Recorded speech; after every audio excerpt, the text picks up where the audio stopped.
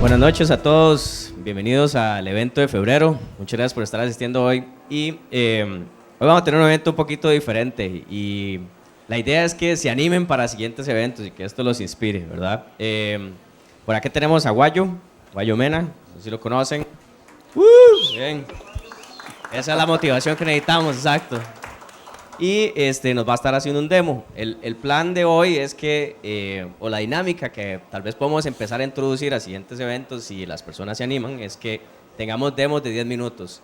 Son demos que no tienen que ser tan preparados, es parte de la experiencia, que tampoco les consuma tanto tiempo a ustedes si quieren participar y es posible que fallen. Así que la regla es, si funciona aplauden, si falla aplauden, ¿verdad?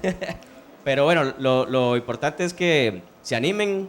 Guayo nos va a estar haciendo el primer demo y el punto es que son 10 minutos. Entonces lo dejo con él. Ok.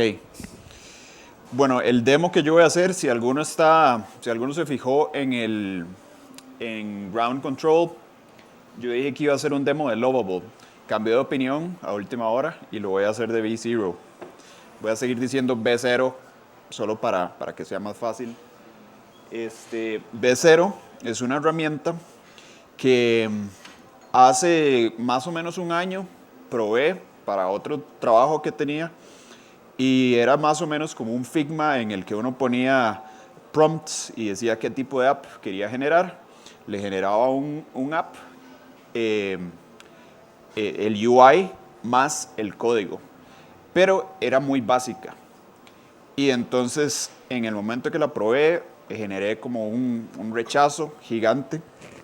Y ahora recientemente me puse a volverla a probar y me encontré con que se ha desarrollado muchísimo, es sumamente poderosa y sigue permitiendo lo mismo, ¿verdad? Crear una aplicación, solo que ahora, además de crear el UI, también hace el backend, incluso hace comunicación con las bases de datos. Para eso usa Supabase. Bueno, en el demo que les voy a enseñar, usa Supabase. El demo es básicamente esta aplicacioncita. Antes de entrar a la aplicación, quiero hablar un poco como de la motivación de por qué yo quiero hacer un demo de esto. Y es porque hace mucho tiempo yo era freelancer y muchas veces como freelancer me venían clientes que me decían, es que yo quiero hacer un e-commerce, lo que yo tengo es algo muy sencillo, es nada más una venta, por ejemplo, de flores.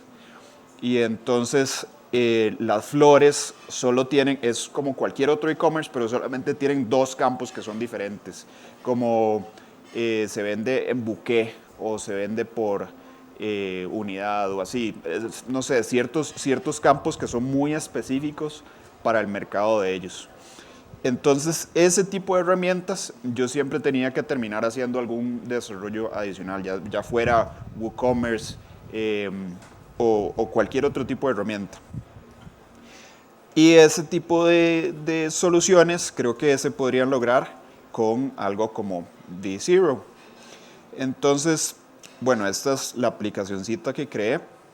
Les quiero enseñar rápidamente. ¿Por dónde empezamos? Bueno, empecemos por aquí. Vean lo fácil que fue desarrollar toda esta aplicación. Esto fue por aquí empezó.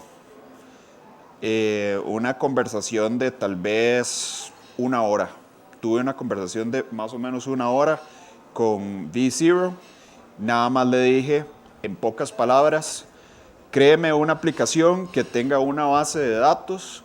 Es un carrito de compras, puedo hacer compras, voy a tener productos, voy a tener una lista, una base de datos de productos, de categorías, de usuarios y los usuarios van a poder hacer compras en el carrito. Por ahora no me pegue ningún carrito de compras, nada más va a ser a nivel de base de datos. Y además, eso me enteré haciendo el demo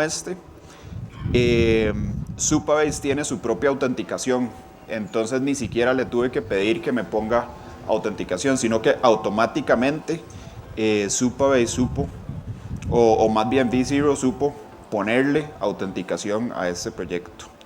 Y entonces, después de en serio como 5 prompts, tenía un proyecto que ya se veía más o menos así. Vamos a ver. Un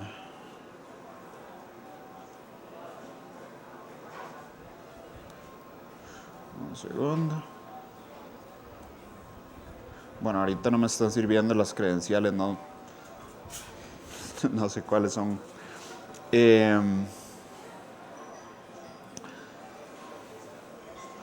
Sí, no tengo el password para entrar.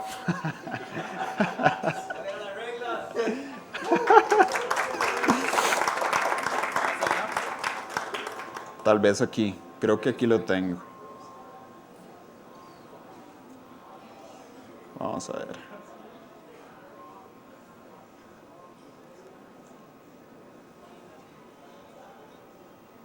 Sí, no. No tengo el password, lo hice súper rápido, entonces no sé dónde lo guardé. Lo guardé bajo algún otro usuario. Pero algo importante de eso, es que V0 es bastante inteligente como para que, digamos, en el momento que me creó los migrations este, para crear el administrador, me hizo esta carpeta que se llama scripts. Y en los scripts viene este que se llama seed admin. Y en el seed admin, aquí en vez de lo normal que uno se hubiera esperado, digamos, lo que a mí me daba miedo era que me pusiera la información, el password que yo había puesto. Ah, bueno, eso está en Environment Variables. Aquí tiene que estar. Admin password. Sí, aquí. Yo tenía miedo que este admin password, y esto lo podemos ver, eso no importa, quedara expuesto. Y no, simplemente con solo hacer el prompt, V0 supo que esto era información sensitiva y no me la publicó, sino que usó environment variables cuando creó este script. Entonces ahora sí nos podemos devolver al preview. Usemos ese sign in. Ok, ahora sí, ya estamos ahí adentro.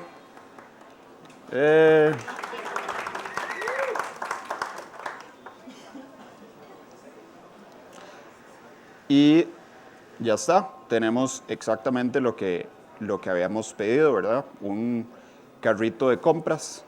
Este es el admin dashboard y muy fácilmente, nada más así en los prompts, yo le dije a V0, le dije que quiero tener un tipo de usuario que es administrador y un tipo de usuario que es como el usuario regular. Y supo hacer eso. En resumen, yo creo que ya me estoy acabando el tiempo. Lo que quiero decirles es que esta es una herramienta que con solamente hablarle por medio del chat podemos lograr prototipos y ni siquiera tan prototipos porque pueden llegar a ser productos completos, soluciones completas que sirven para clientes reales con necesidades muy específicas que tal vez no es necesario montarles una solución completa en un servidor, como montarles un WooCommerce o algo así, sino que simplemente con usar algo como esto, ya se les da la solución completa a ellos y se les da la posibilidad a ellos de que tengan una interfaz como este chat para que ellos también puedan hacer sus propios cambios en la aplicación. Aparte de eso, por ejemplo, un cambio, digamos, una vez que ya se ha montado toda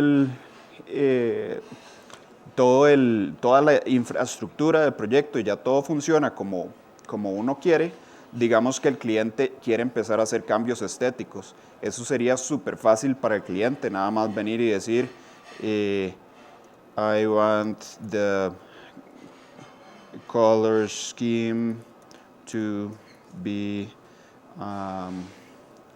lighter. Algo como esto. Y entonces el cliente tiene poder de seguir modificando el proyecto o creándole nuevas páginas, digamos que se le hicieron páginas en el frontend o cosas de ese tipo, el cliente va a tener el poder para seguir haciendo cambios sin que uno tenga que estar tan involucrado, que es algo que siempre costó mucho, por lo menos en mi experiencia siempre costó mucho con cualquier otra plataforma, como decía antes, WooCommerce o lo que fuera. Cosas interesantes, tenemos este botón de Publish y uno puede usar branches.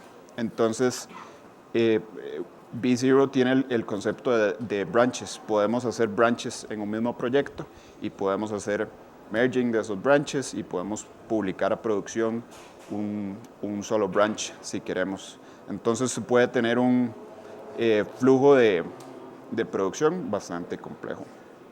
Y eso es todo. No sé si tienen alguna pregunta. Claro. 2 preguntas por allá. ¿Tenemos micrófono?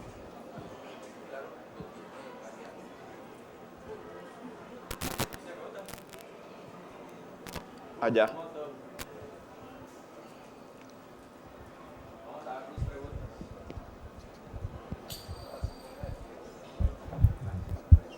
Bueno, primero que todo, muchas gracias, Guayo.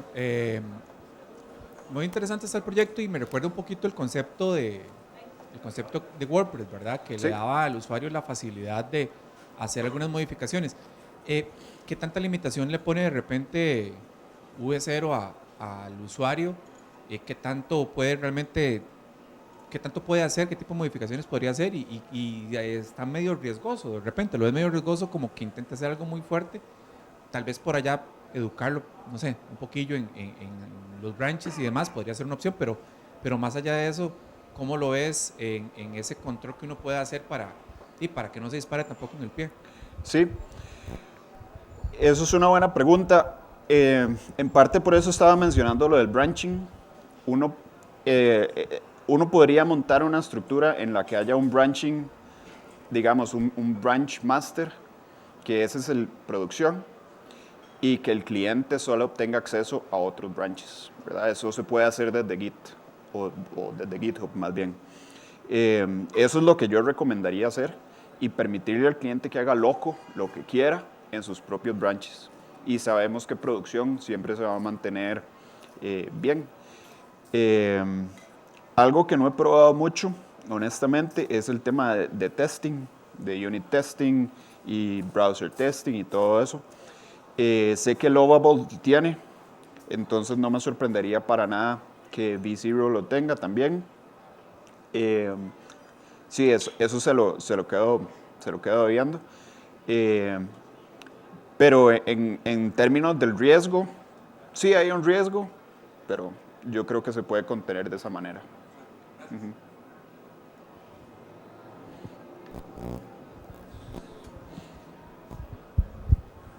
Pura vida. No, nada más el flujo de deployment a producción sería, digamos, default en Vercel o es configurable o cómo maneja esa parte, digamos.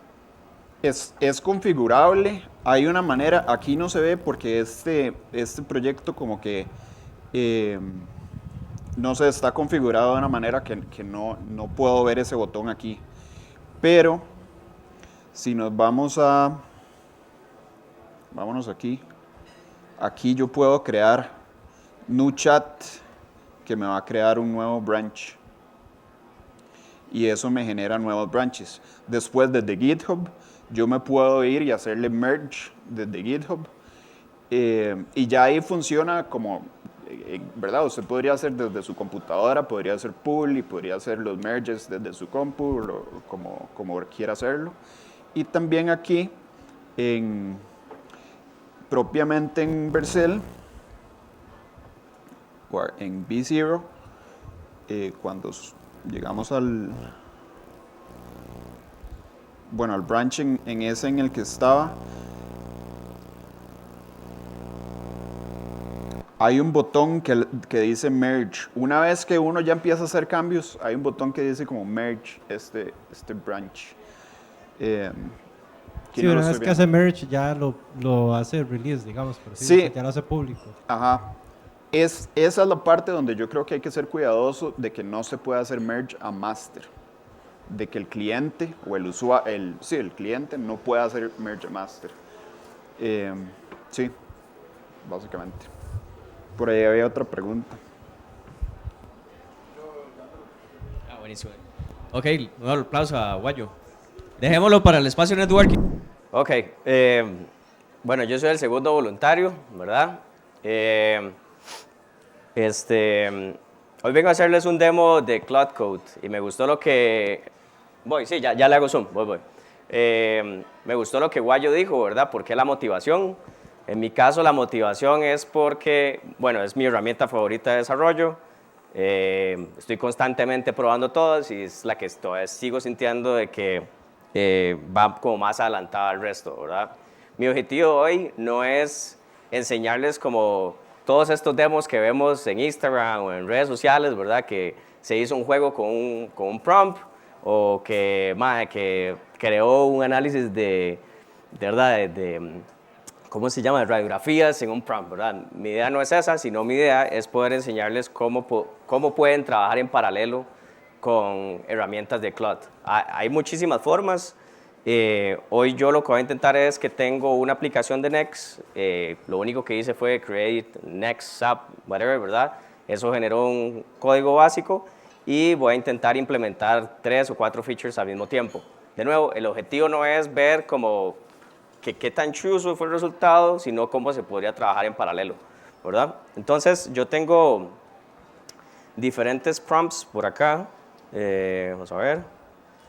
Y tengo por acá un prompt que dice que va a crear un login. Ninguno de estos prompts, en realidad no son prompts, son tickets. Ninguno de estos tickets son como tan a profundidad, son simples. Y si ven, por ejemplo, dice implemente un login con email y password. Sí le dije que hiciera mock, ¿verdad? Porque no quería gastar tiempo en eso.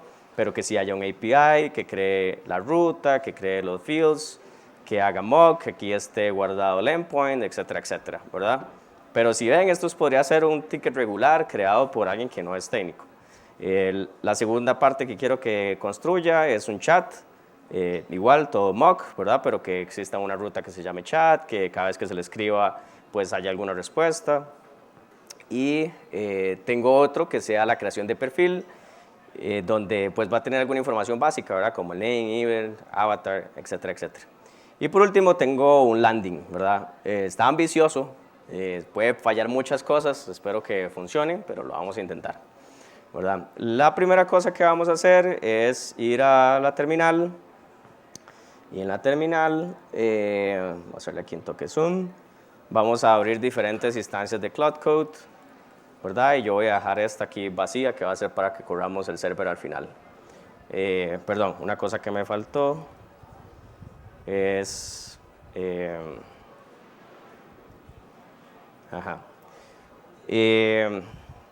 esta primera terminal que tengo acá, la tengo o es más, debería crear un branch para eso, voy a pensar.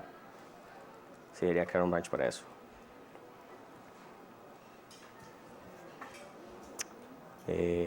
Checkout, feature, y el primero es login. Ajá. Listo, entonces ahí tengo un branch. Ya tengo un branch para el primer feature. El segundo feature lo vamos a poner en otro branch. Entonces para eso vamos a utilizar una función de Git que se llama worktree. Y eso lo que hace es crear una réplica de nuestro repo, ponerlo en otro folder y en otro branch, ¿verdad? Entonces aquí lo que yo estoy haciendo es diciéndole cree el branch, cree el folder y vayas a ese folder, ¿verdad? Listo, ya estamos en otro lugar. Ahora sí vamos a crear las instancias de Cloud y le damos a implement this ticket, ¿verdad? Y lo que va a venir aquí es a copiar este, vamos a pegar ese, ahora vamos por el siguiente, implement this ticket. Ajá. Asegurarme que sea el mismo. Y ya tenemos ahí dos corriendo al mismo tiempo, ¿verdad? Pero podríamos ir por un tercero. El tercero es que tenemos Cloud Desktop, que ahora Cloud Desktop también permite correr Cloud Code. Entonces vamos a crear una nueva sesión. Yo ya lo tengo conectado al mismo repo. Va a empezar desde main, va a crear otro worktree, ¿verdad? Y vamos a hacer el profile, ¿verdad? Implement this ticket. List, bueno, vamos a cerrarlo aquí. Y boom. Y ahora, porque somos aún más ambiciosos, tengo por acá, bueno, Cloud Code. Y tengo otra instancia de Cloud Code. Entonces vamos a correr esto por acá. Vamos a crear una nueva sesión. Implement this ticket. Vamos a ver hasta dónde llega. Boom. Y bueno, ya me brincó por acá, entonces quiere decir que ya me está preguntando cosas. Le vamos a decir que sí.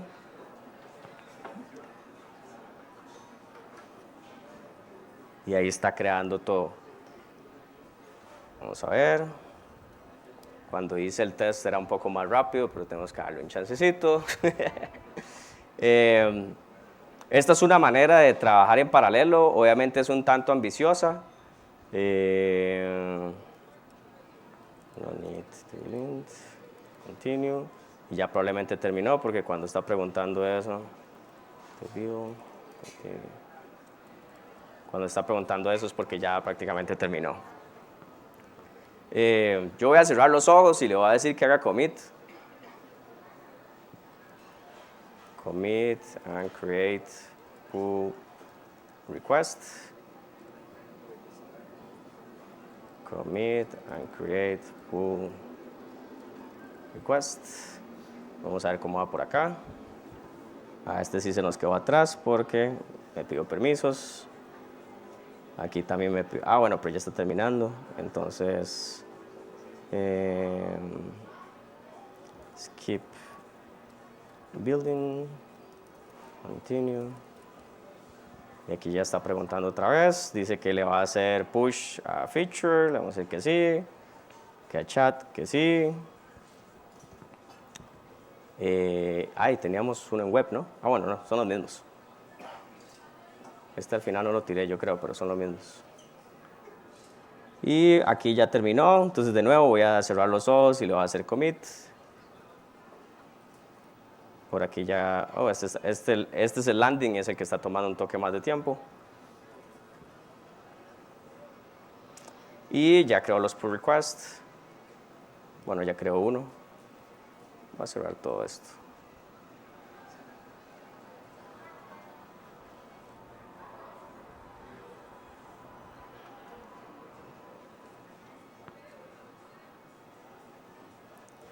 ¿Verdad? Está tomando tiempo esto, pero ya casi lo tenemos. Vamos a internet.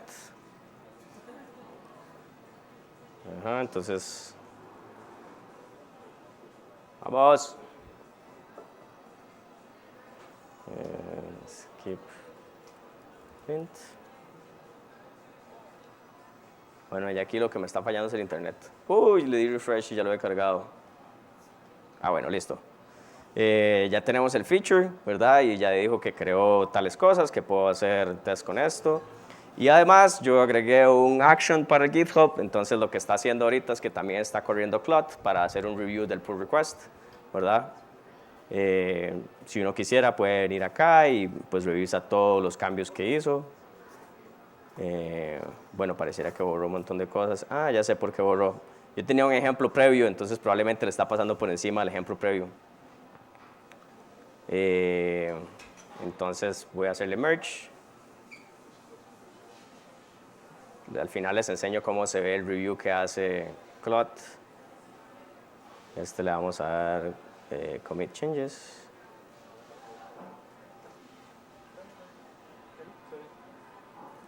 Create pull request.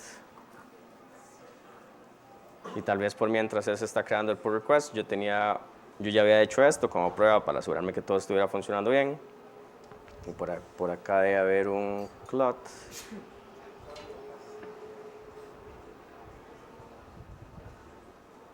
Probablemente se canceló la tarea de pruebas, pero Digamos, si lo dejamos por acá, o tal vez en un momento. Sí, la tarea se canceló porque yo les había hecho merge. Pero bueno, al final de cuentas, yo conecté Cloud con GitHub, entonces tiene un prompt que lo que va a hacer es el review de todos los cambios, ¿verdad? Y como pueden ver, ya es un proceso completamente desarrollado en AI. Obviamente es súper random, no sé todavía los resultados que pudo haber dado. Y creo que ya se me fue el tiempo. Create pull request. Vamos a ver si logramos hacer algo, mostrar algo.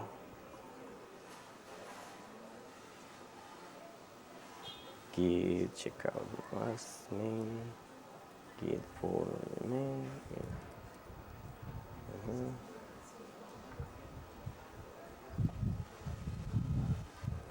Def.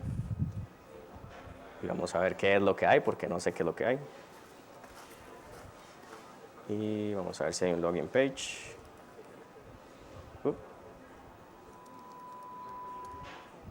Bueno, ahí está el login. Si le ponemos test@test.com, 123, no sé dónde ir a llevar. Ah, llevo al chat. Obviamente falló. Y bueno, ahí está una integración básica, ¿verdad? Y pues básicamente eso sería, porque lo que hace falta es lo que le pedí, que creara un landing y nada más. Eso es mi demo.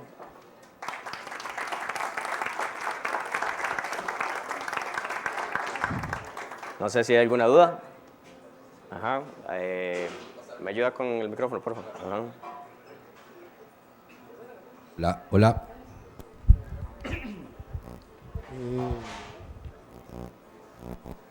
Los IDEs que utilizó fue ¿Cuál? web. Ah, ok, ya vi. Ajá. Los IDEs que utilizó fueron web, en Cursor y Cloud, pero sí. En realidad, y Cloud Desktop. yo no utilicé Cursor solo lo utilizo como para ver. Es más, no vieron que ni siquiera entré aquí a ver. Esto fue lo que les enseñé al inicio, que era el scaffolding, digamos, del app de Next, pero yo ni siquiera entré acá. En lo personal, yo uso Cursor, pero ni siquiera lo pago. En vez que dice Agree to Pro, porque lo único que necesito es el autocomplete. De IDEs, entre comillas, pues básicamente usé las instancias de la terminal de Cloud, ¿verdad? Por eso es que están corriendo una acá, otra acá. Y utilicé Cloud Desktop, que ahora Cloud Desktop integra también Cloud Code. Y pues es como un UI un poquito más friendly, ¿verdad? Sin tener que entrar a la terminal, pero tiene acceso a su local. En este momento lo que hizo fue crear lo mismo que yo hice al inicio, creó un worktree, trabajó sobre un worktree y lo subió. Ahora, si ustedes recuerdan, yo también entré a Cloud Code, a la página, ¿verdad? Que eso es básicamente Cloud Desktop, pero arriba, ¿verdad? En un sitio. Y en realidad sí ejecuté una sesión, pero la sesión la continué desde acá, por eso aparecen dos sesiones de acá. Porque son lo mismo. ¿Ah? ¿Sabes cómo está manejando la concurrencia? Es que, ¿en qué sentido? Son un APIs, son APIs corriendo por separado, digamos. Aquí no hay agentes por aquello. Si yo quisiera hacer agentes, si es posible, también. Y ahorita, de hecho, pues pensé también hacer de eso demo, pero está muy nuevo. Cloud acaba de sacar Agent Teams, que está en experimental, y básicamente usted puede ejecutar diferentes agentes al mismo tiempo y que entre ellos se conversen. Pero eso es más para cuando uno está trabajando, digamos, un feature con diferentes aristas, como el backend, el frontend, y que tiene que hacer un research, entonces que los agentes se abren entre ellos. Esto es básicamente corriendo como diferentes instancias separado. Luis. ¿Preguntas? Pura vida, Mariano. Está muy interesante el demo y está chiva como que lo ponga así porque siento que es una prueba como muy normal que cualquiera podría hacer. Mi pregunta va como un poquito del lado de el más está haciendo, o sea, a ver, manda el set de cambios. De repente es un poco, tal vez no estoy tan familiarizado cómo funciona, el Cloud CLI o el desktop.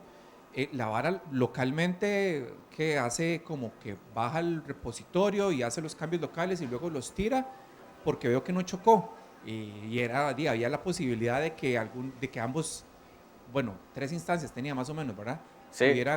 Pudieran tocar el mismo archivo.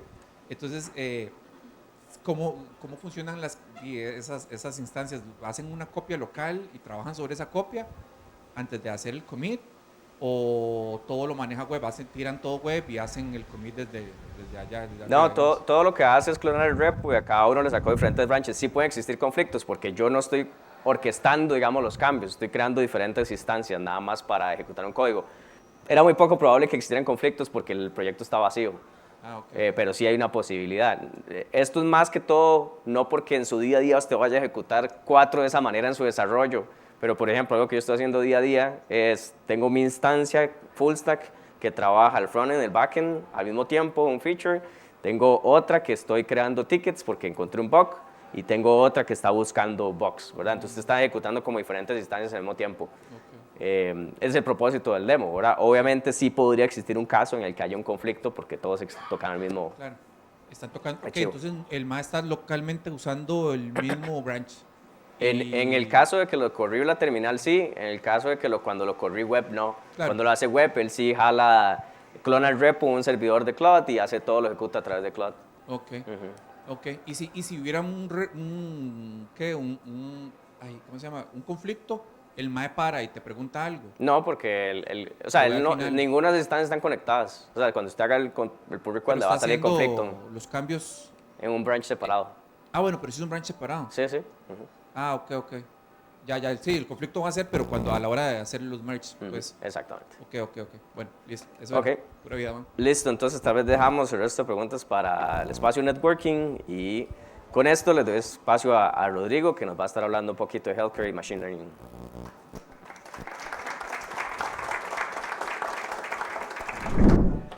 Listo, estamos. Bueno, buenas noches a todos. Muchas gracias por estar aquí. Mi nombre es Rodrigo García León. Bienvenidos a mi charla, prediciendo el riesgo de mortalidad en pacientes, cuidado paliativo y cuidado de hospicio. Actualmente yo trabajo como Staff Software Engineer para una startup basada en Nueva York que se llama Passion Health. Trabajo a través de Telescope y este fue un proyecto que hicimos a finales del año pasado, entre octubre y diciembre del año pasado. Creo que es un proyecto muy interesante y quería presentarles una reproducción de lo que hicimos con datos reales para demostrar un poco la metodología que utilizamos y la manera que tomamos decisiones para poner en producción un modelo de este estilo. Empecemos entonces por definir un poco lo que hace mi compañía, qué tipo de servicios proporciona, cuál es el problema que estábamos tratando.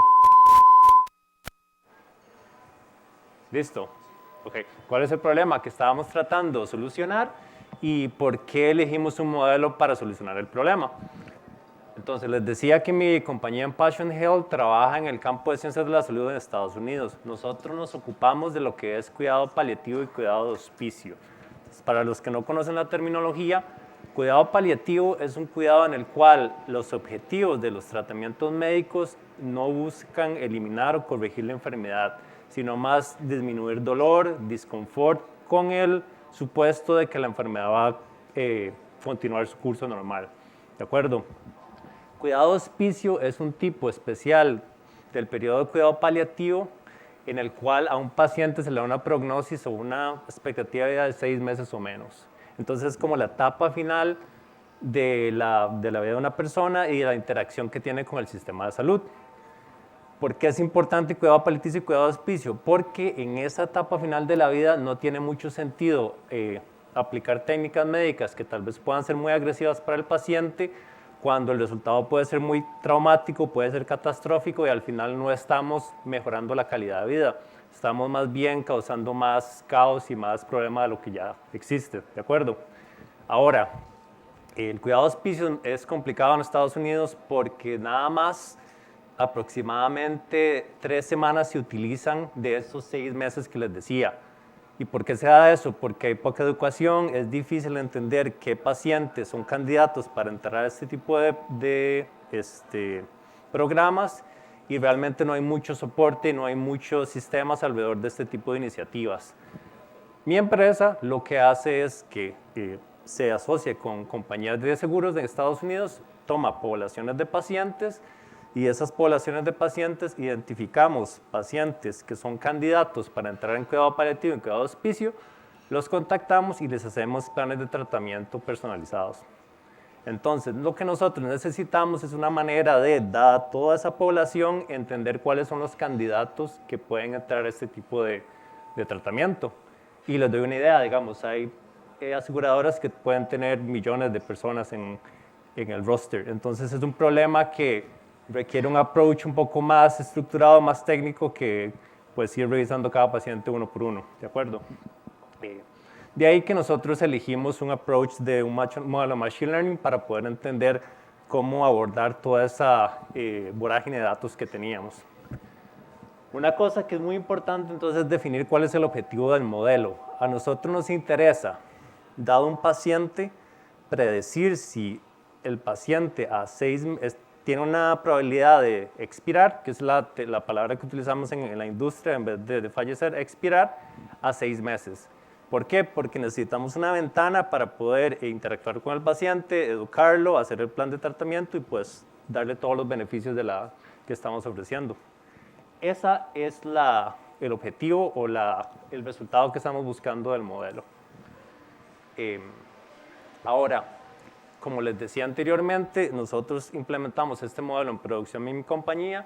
Yo lo que hice para esta charla fue hacer una reproducción de lo que hicimos con datos sintéticos que se encuentran públicamente y siguiendo una serie de constraints, de limitaciones que teníamos a la hora de abordar el proyecto. Entonces van a ver que muchas de las decisiones que tomé van orientadas en ese sentido. Van a entender un poco más cuando entre ya en detalles más técnicos.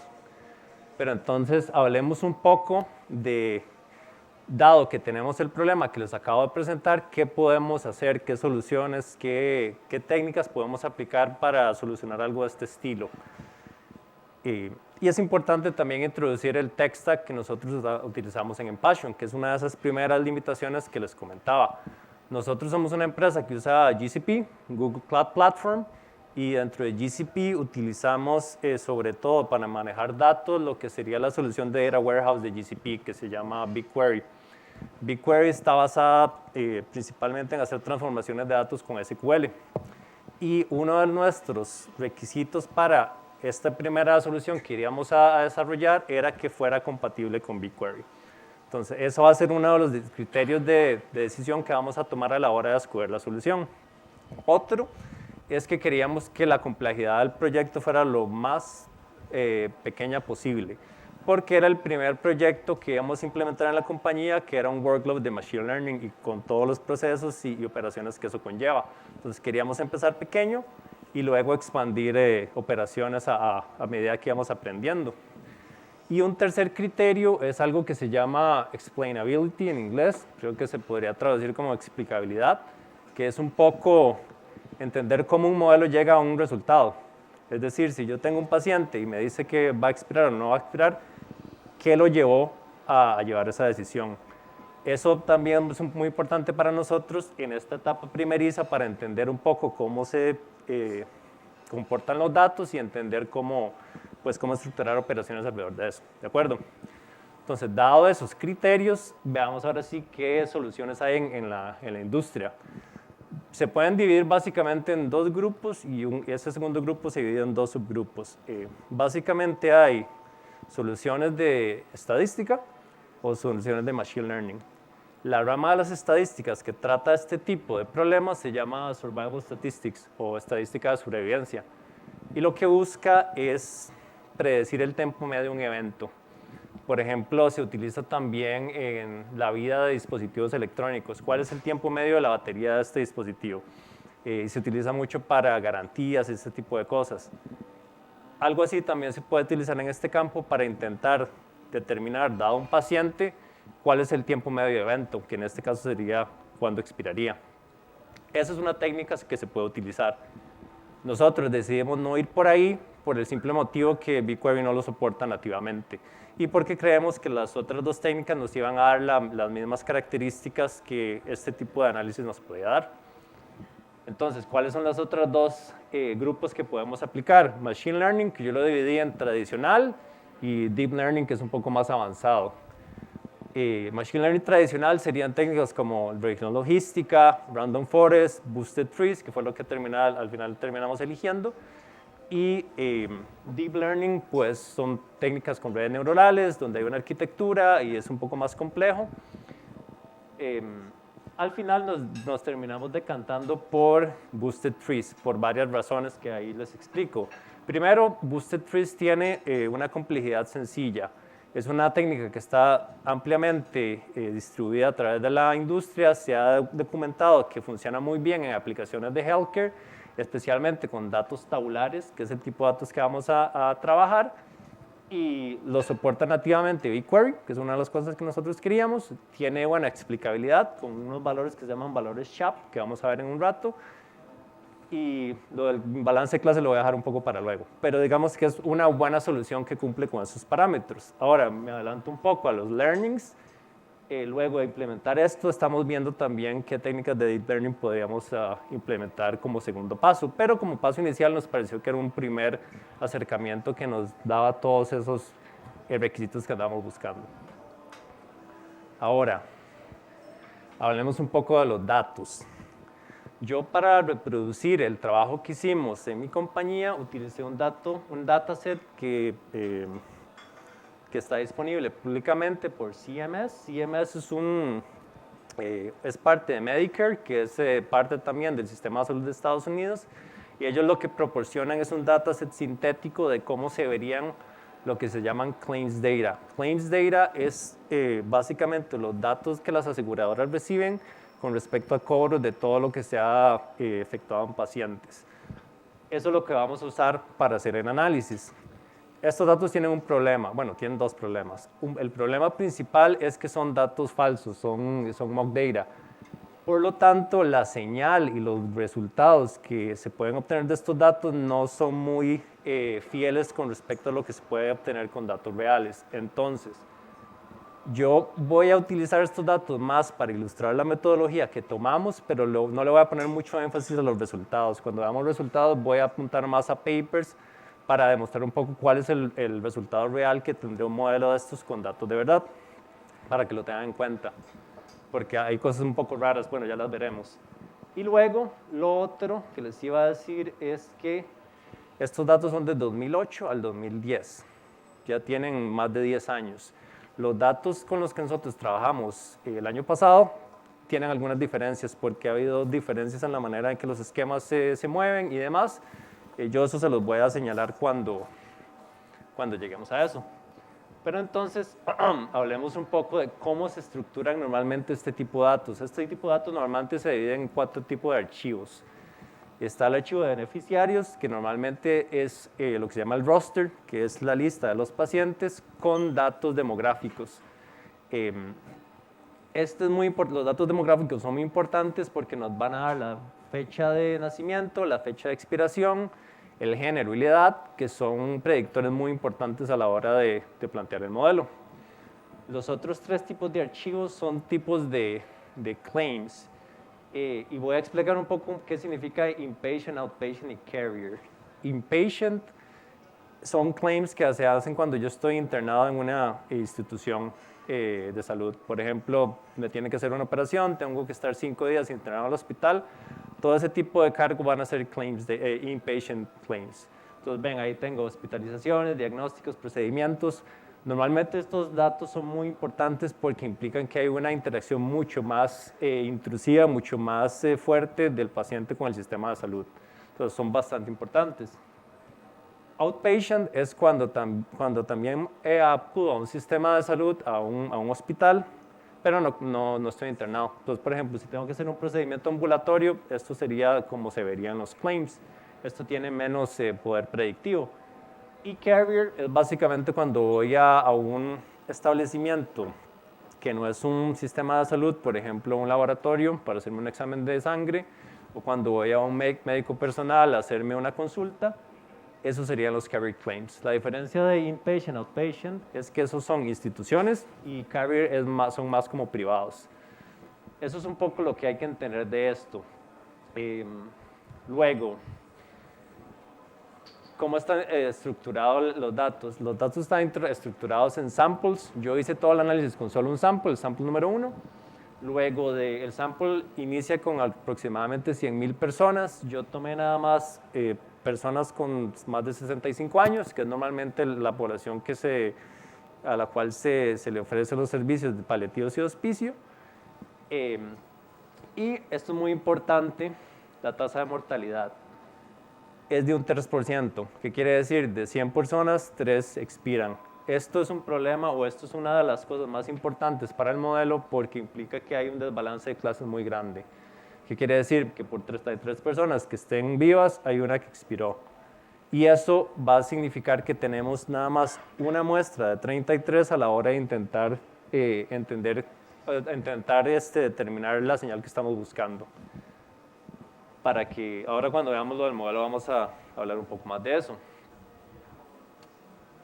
Veamos un poco cómo se ven esos claims data, ya digamos cuál es la forma que tienen. Y aquí quiero señalar 4 tipos de valores que son importantes. ICD-9, ahorita, en este momento se usan ICD-10, de hecho es una versión más nueva.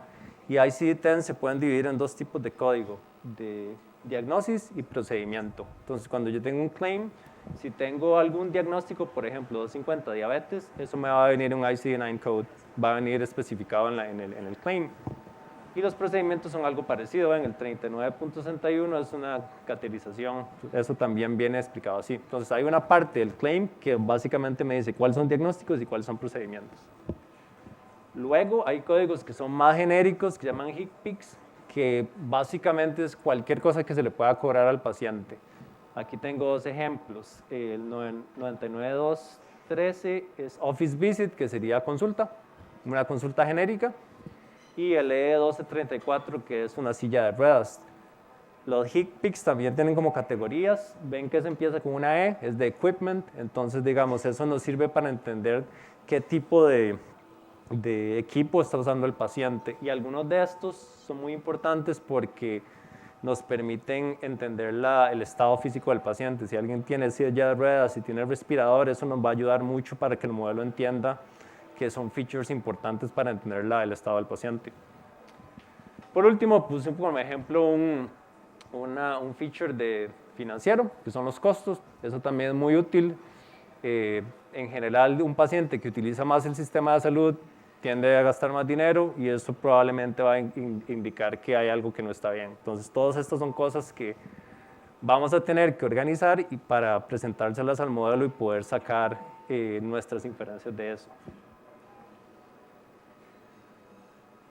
Veamos un poco, con toda esa información, cómo se ve la jornada de un paciente a través de sus claims. Como tratemos de visualizar qué pasaría con una persona y qué podemos aprender de esto.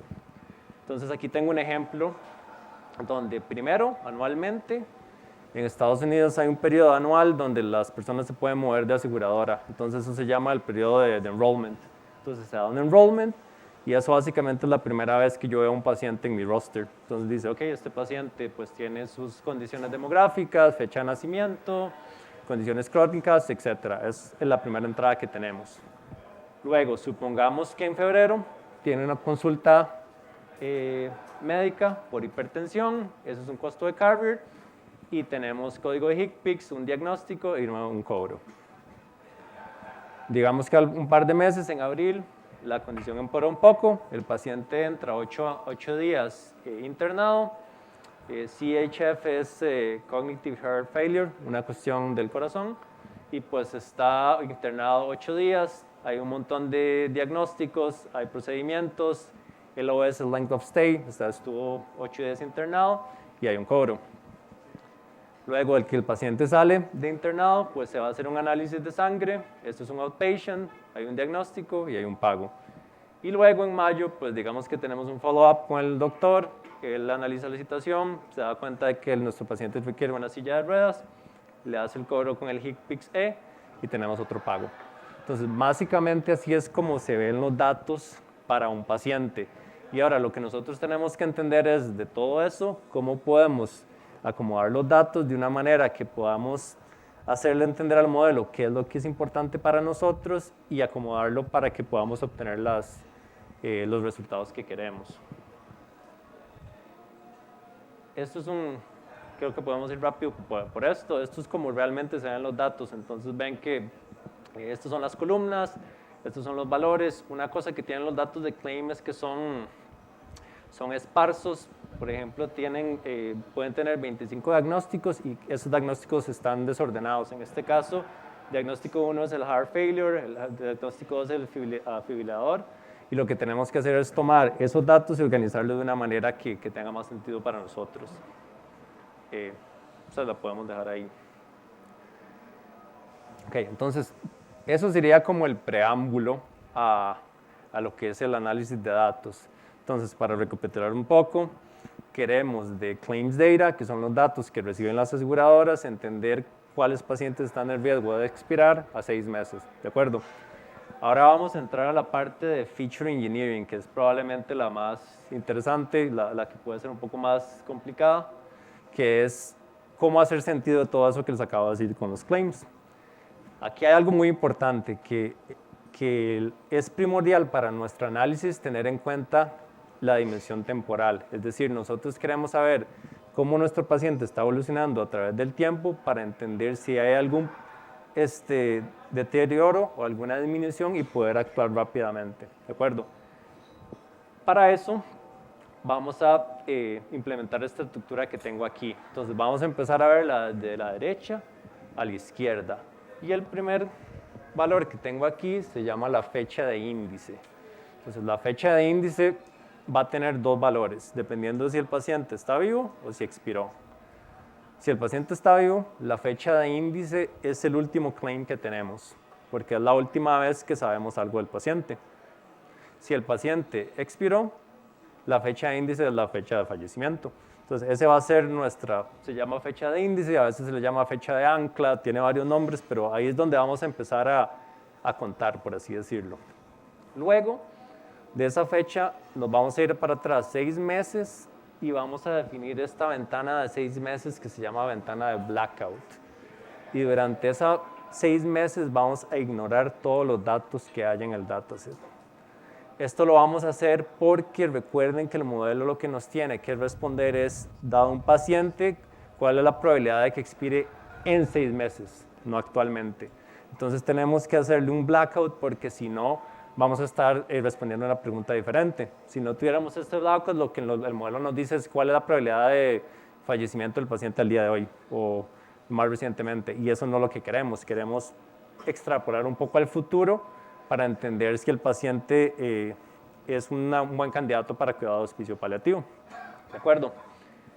Y luego, de esa ventana de blackout, nos vamos para atrás 1 año, lo dividimos en trimestres, y eso se va a llamar la ventana de observación. Y esa ventana de observación son 4 trimestres. Y la idea es que en cada uno de esos trimestres vamos a sacar diferentes features. La idea de separarlo en trimestres es que podemos ver la trayectoria del paciente. Entonces, si por ejemplo en el periodo 4, que es el que está más cerca, el blackout, tenemos valores que son diferentes a estos, a los del periodo 1, pues vemos que hay un cambio, hay una diferencia en la condición del paciente. Esta es la parte del análisis temporal. Ahora, esto es una propuesta, es una manera de hacerlo.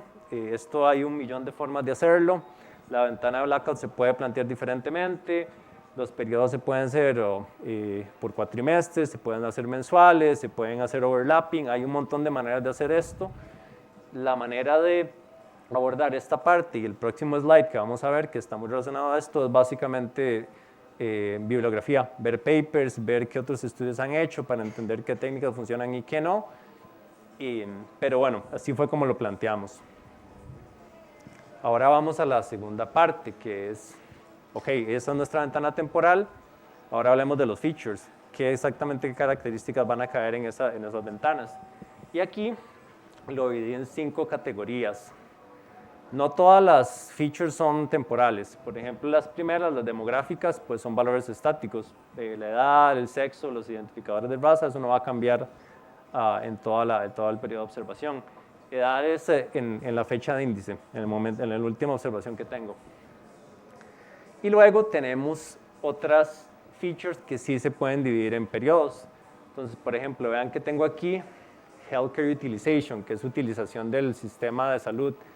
Aquí básicamente tengo 3. IP admins, que son visitas que han resultado en internado, ¿verdad? Que el paciente es internado. OP visits, que era lo que habíamos dicho, visitas que son ambulatorias, que voy, me hacen un procedimiento y no me quedo internado. Carrier visits, que es lo que habíamos dicho, que era cualquier sistema de salud que fuera privado, no necesariamente un hospital, y costos, por decir algunos. Entonces, esos features están divididos en esos 4 periodos. Entonces, yo voy básicamente viendo cómo se van moviendo esos features a través del tiempo que estoy observando al paciente. Tenemos también uno interesante que es complejidad clínica, que esto lo que intentaba capturar es qué tan complicado se está volviendo la condición del paciente a través del tiempo. Entonces, por ejemplo, vean que tengo número de diagnósticos distintos, número de procedimientos distintos, número de HCPCS distintos, que es cuántas cosas se me están cobrando, porque lo que pasa es que cuando la condición de un paciente se empieza a deteriorar, lo que vamos a hacer es que los doctores van a intentar hacer un montón de pruebas, van a empezar a recetar un montón de cosas para ver si hay algún cambio significativo. Entonces, eso se llama care complexity y es la manera de capturarlo. Mira, me salté este. Clinical conditions viene en el beneficiario. Esto no le quiero dar mucha importancia porque en los datos reales no venía, pero son, básicamente es como un resumen de Healthcare Utilization. Me dice como qué condiciones se detectaron en la ventana de observación. Por último, está Velocity Trajectory, que es, además de separar los features en 4 periodos, yo puedo calcular features que implícitamente utilizan los periodos. Por ejemplo, admit velocity, velocidad de admisión. Yo puedo hacer la diferencia entre las visitas del periodo P4, que es el que está más cerca, al periodo P1. Y eso ya me codifica pues una diferencia entre 2 features. Eso también se puede hacer como para darle más énfasis al modelo, que estamos interesados en codificar todas esas variables temporales. Y esta es estas serían las features que yo utilicé. De nuevo, esto hay 1 millón de maneras de hacerlo. Si ustedes se ponen a ver papers, hay un montón de técnicas que se pueden aplicar.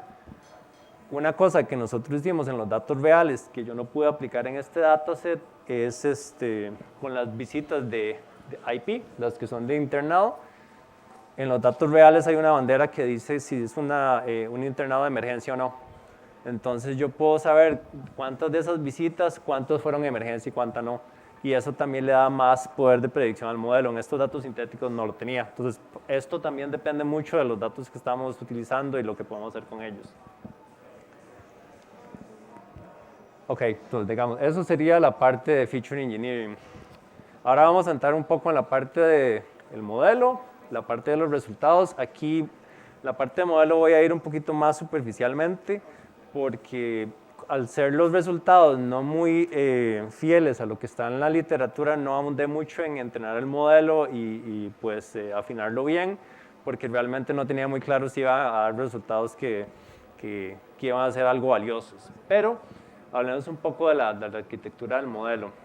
Lo que sería aquí, en este paso, es entrenar el modelo. Aquí es importante los datos que tenemos, hacer un split.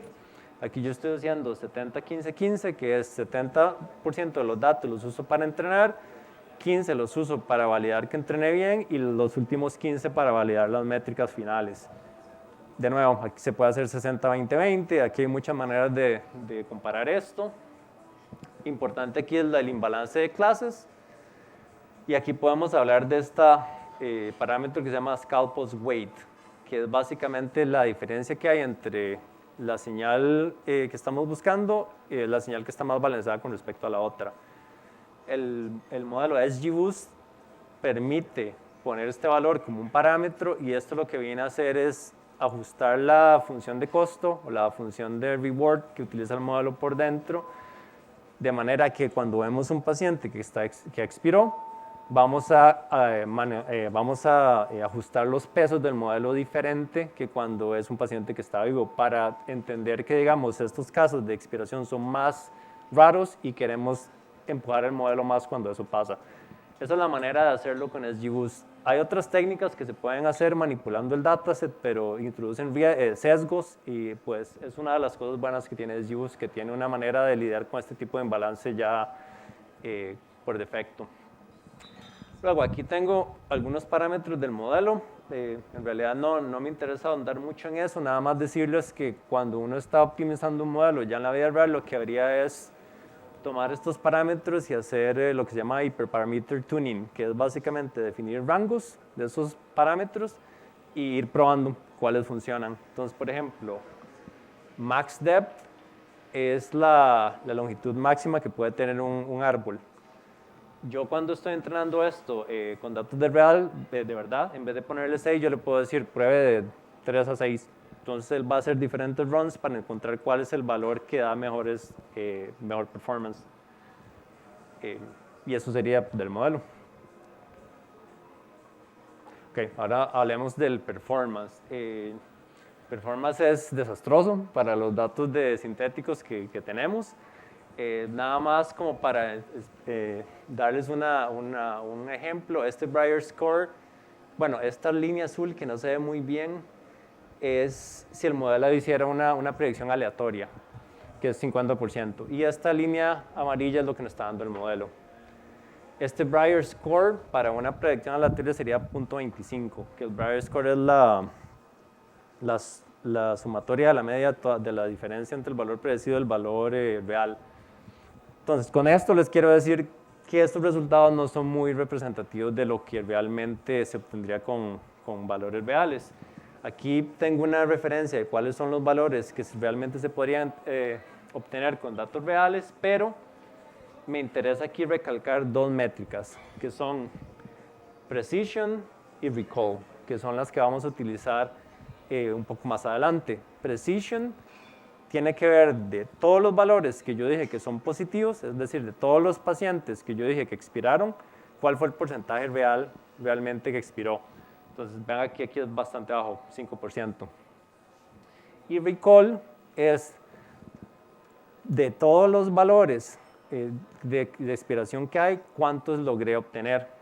Entonces, aquí está también bastante bajo, 40%. Pasémonos en este slide. Esto también se puede ver con lo que se llama la matriz de confusión, que lo que hace es definir todos estos 4 escenarios. Cuando tengo un valor, tengo una producción positiva y es acertada, cuando tengo una producción negativa y es acertada, y los casos intermedios. Y es una manera diferente de visualizar eso mismo.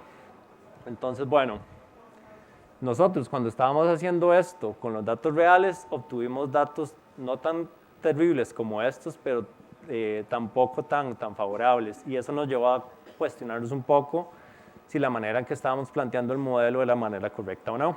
Entonces, pues nos pusimos a buscar un poco en la literatura y llegamos a esta conclusión. En realidad, el modelo que nosotros estamos desarrollando no nos interesa que sea un modelo diagnóstico. A nosotros no nos interesa saber a ciencia cierta si una persona va a expirar o no, sino que lo que queremos saber qué de la población está en riesgo a la hora de expirar. Entonces, no es un modelo diagnóstico, es un modelo para hacer screening, para saber, digamos, una población de pacientes, cómo ordenarla y cómo engage, cómo contactarla para poder ofrecerle los servicios. Y algo muy importante, si nosotros calculamos las métricas tomando eso en cuenta, es decir, no vamos a tomar toda la población, sino que vamos a tomar la población, la vamos a ordenar con respecto al riesgo que el modelo presenta y calculamos métricas sobre eso, vamos a obtener resultados muy diferentes. Entonces, esto es como el insight más grande que nosotros tuvimos de realizar este modelo, que es que no tiene sentido sacar las métricas para toda la población, sino para los grupos con más riesgo. Y aquí podemos ver que los valores son un poquito mejores. Para el top 1%, que es decir, el top 1% de pacientes que tienen el valor de riesgo más alto, tenemos un valor de 15%, que es casi el doble de lo que hemos visto para precisión. Y ven que, digamos, a medida que voy bajando, pues el valor va bajando obviamente, pero esto ya nos da un poco más de insight para poder operacionalizar lo que queremos hacer. Entonces, aquí tengo el quote de un estudio real. Este paper, McKay et al., es un metaestudio que reúne diferentes papers que han hecho análisis de este estilo y ellos encontraron que para el 10% la precisión es de 44%, que eso ya está mucho mejor, es 1 de 2. El máximo teórico para este tipo de modelos anda por ahí, entre 40 o 50%. Y esto está más acorde con lo que nosotros encontramos a la hora de implementar el modelo con nuestros datos reales, que en realidad no son esos 7% que vimos anteriormente, sino que es 3 o 4 veces más alto. ¿De acuerdo? Esos son los resultados. Ahora, hablemos un poco de la última parte que les mencionaba cuando estábamos hablando de los criterios de decidir un modelo, que es la explicabilidad. Y para eso les quería mostrar esto, que son los valores SHAP. Es un feature o una característica que tiene XGBoost que me permite determinar cuál es el aporte que tiene cada feature al resultado final. Entonces, esto es el valor promedio por todos los features. Entonces, si ustedes ven aquí, tengo las condiciones, los features, perdón, y podemos ver que, por ejemplo, la condición, el número de condiciones crónicas normalmente aporta un 12% al valor de riesgo. Esto está entre -1 y 1. El número distinto de diagnósticos en el periodo 1, promedio aporta 11%. Los costos del carrier del periodo 1 aporta 0.07. Esto nos permite entender un poco cómo están estos datos que tenemos interactuando con la predicción que tenemos. Aquí hay una diferencia también muy importante con datos reales. Si se ve en la literatura, casi todos los papers que vimos, las principales 2 features que contribuyen a predecir la mortalidad son 2, edad y género. Siempre está número 1 y número 2. Que tiene sentido. A medida que una persona es más mayor, pues está más riesgo de expirar y en general las mujeres viven más que los hombres. Entonces, digamos, esos 2 predictores siempre están muy presentes en la literatura. Y no verlos aquí, pues es también extraño. Yo creo que es por el componente sintético de los datos. Podemos también seguir estudiando cómo interactúan estos valores SHAP y entender de las características, perdón, de las categorías que definimos, cuáles aportan más y cuáles aportan menos al valor. Entonces, por aquí vemos que la complejidad clínica y healthcare utilization son los que más aportan. Y aquí lo importante también es apreciar que las features que son a través del tiempo, utilizando esos periodos, son los que tienden a aportar más al modelo, que esto también fue algo que nosotros encontramos en nuestro modelo con datos reales, que el approach de utilizar variables temporales pues realmente ayuda mucho para identificar esos casos críticos. Aquí pues tenemos otro tipo de gráfico que se puede usar con valores SHAP, que esto sería más para todo, cómo se distribuye el aporte de los valores, de los features en todo el dataset. Entonces pueden ver que lo que hemos visto, condiciones crónicas tiende a aportar mucho, los costos también. Es una manera diferente de visualizar lo que les enseñaba en el otro slide. Y de nuevo, la explicabilidad es muy importante, sobre todo en esta primera etapa que nosotros estábamos, para entender si nos estaba moviendo en la dirección correcta, también para validar un poco la confianza que tiene el equipo de operaciones en el modelo. Si ellos ven que las variables que está utilizando el modelo están más o menos relacionadas con los que ellos ven día a día, pues ayuda también a entender que el modelo puede ser valioso o no. Y bueno, ya para ir cerrando, algunas lecciones que nosotros aprendimos. Lo que les decía, el análisis temporal es súper útil para poder entender cómo se modela la trayectoria de un paciente. La ventana de blackout fue muy útil también para entender, digamos, que realmente estamos respondiendo a la pregunta correcta con el modelo. El imbalance de clases es muy importante, tener en cuenta de que vamos a tener esa diferencia entre pacientes que están vivos y pacientes que han expirado. Los datos sintéticos tienen sus límites y lo que les acabo de explicar es la explicabilidad, que ayuda mucho para entender si se está andando en la dirección correcta y para generar confianza en lo que se está haciendo. Entonces eso sería de mi parte. Aquí les dejo un código QR si quieren ver el repo que utilicé. Tengo instrucciones para bajar los datos, tengo varios notebooks donde se puede ver todo el análisis que hice. Les dejo algunas referencias también de componentes que utilicé y también tengo 3 papers que utilicé. El primero, el MACAR, es el primer paper que demostró que se podía hacer un análisis de este tipo con claims data. El segundo, Abati et al., es muy famoso porque es el primer paper que utiliza Deep Learning. Está involucrado Andrew Ng, que si han llegado a un curso de Coursera de Machine Learning saben quién es. Y ellos llegaron a un valor mucho más alto. Ellos pueden llegar a 70% de precisión porque utilizan labs data, que son datos de laboratorio. Entonces, eso es un análisis interesante. Y el MACAI es un metaestudio que básicamente reúne diferentes approaches y es como un baseline para entender cómo estamos con las métricas de desempeño. Eso sería todo. Muchas gracias.